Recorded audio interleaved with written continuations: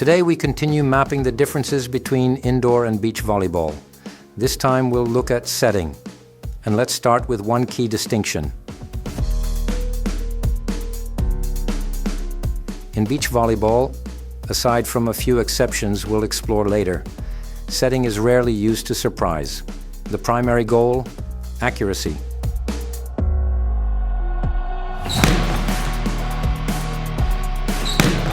In indoor volleyball, it's a completely different story. The setter constantly pulls tricks from their sleeve, disguising intentions and trying to fool the block.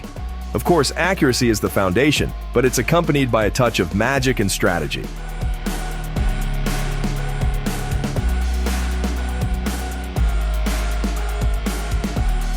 Let's dive into the technique itself. What's the same, what's different, and why the setter's concert on sand sounds different than on the hardwood floor. To begin, it's easier to compare a beach volleyball set to a non-setter's set in indoor volleyball, like a libero's. Why? Because in indoor volleyball, the setter usually sets while airborne, whereas in beach volleyball, the player remains on the ground. This is precisely why libero technique in indoor volleyball bears many similarities to the beach setting technique. Sure, even a libero might surprise the opponent, but that's not our focus now. What we're interested in are the core common elements. And the most important? The player faces the direction of the set and during contact lowers the ball in front of their face. This position ensures confidence and precision, an absolute must in beach volleyball.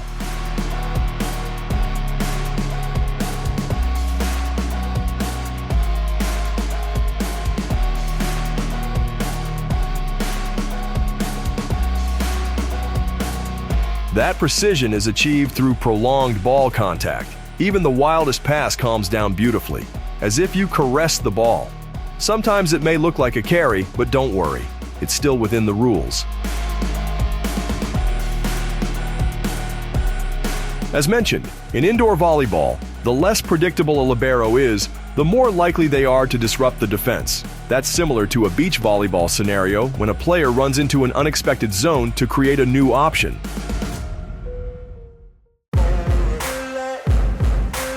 So, the first conclusion, beach volleyball setting technique is more similar to that of non-setters in indoor volleyball, especially liberos, than to specialized setters.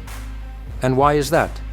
Because in beach, players set from the ground, typically without jumping, emphasizing accuracy and stability, very much like a libero's role. Jump sets, deliberate misdirection, and blind sets are the territory of indoor setters, who must also deliver quick combinations or even one-handed sets.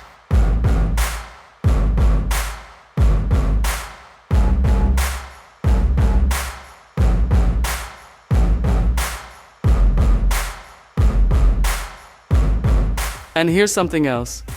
Remember how we used to criticize young setters for letting the ball drop too low when setting? From the beach volleyball perspective, that wouldn't be a problem. On the contrary, it's perfectly acceptable. And it makes sense. Kids don't have the strength yet, so they seek support in a longer wrist motion. What looks like a flaw actually holds a crucial principle.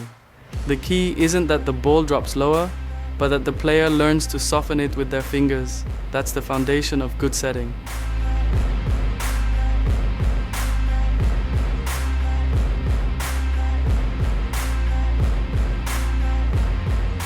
The best part? As the player develops, we reduce that exaggerated movement, but the soft finger motion remains. So what began as a weakness turns into the core of a strong skill.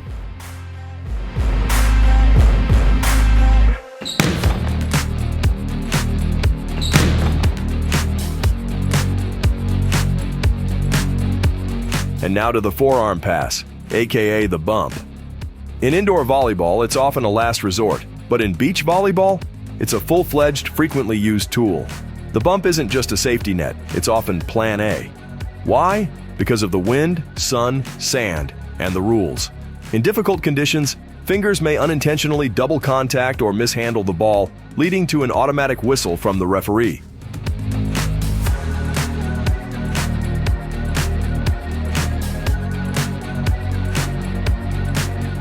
The forearm pass, however, is safe, controlled, and when executed properly, super accurate. So what's a fallback move indoors becomes a virtue and a necessity on the sand.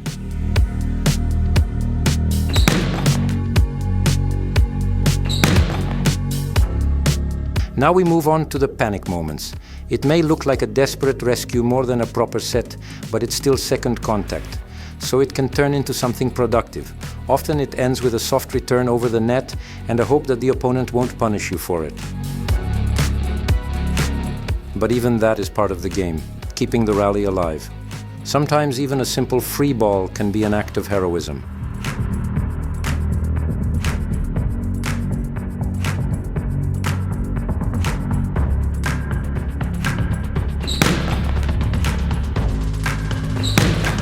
One of the most common images in beach volleyball is the high set. Why? Because it just makes sense. After the reception, the player is often out of position. Maybe they're still getting up off the sand or recovering their balance after a tough serve receive. The partner reacts logically. They send the ball high, giving their teammate time to reset. It may not look flashy, but it's effective.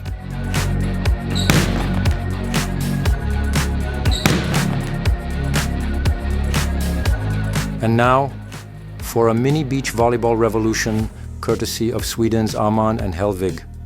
They brought something that changed the pace of the game: second touch attack. How does it work? First, it requires a stellar reception, which in their game is practically a half set. The second player holds the key. Either send a standard set or attack right away. But the decision must be unreadable. On the contrary, the movement must lie. Pretend to set, then attack, or vice versa. A brand new game dynamic, dual role, double threat, and yes, a proper Swedish blitz.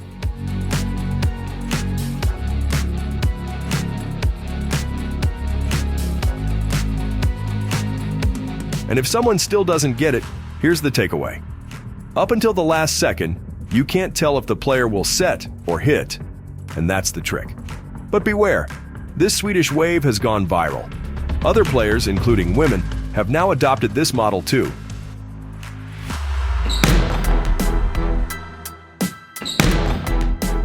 And now a quick recap. Setting in indoor and beach volleyball differs slightly. In indoor volleyball, the setter is a master of illusion. Their job is not only to deliver the ball accurately, but to confuse the defense as much as possible. In beach volleyball, it's different. It's not about deception, but surgical precision. That's why we compare setting in beach volleyball more closely to the setting of non-setters in indoor volleyball, especially liberos. A forearm set, bump set, is usually a last resort indoors, but on the sand it's a completely standard tool and often a necessity.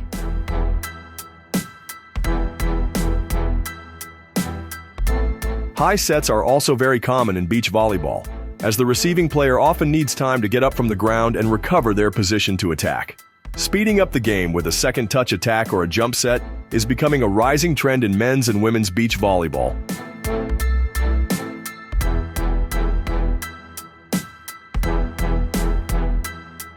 And that's really all for today. I'll be looking forward to seeing you again next time in our International Volleyball Academy.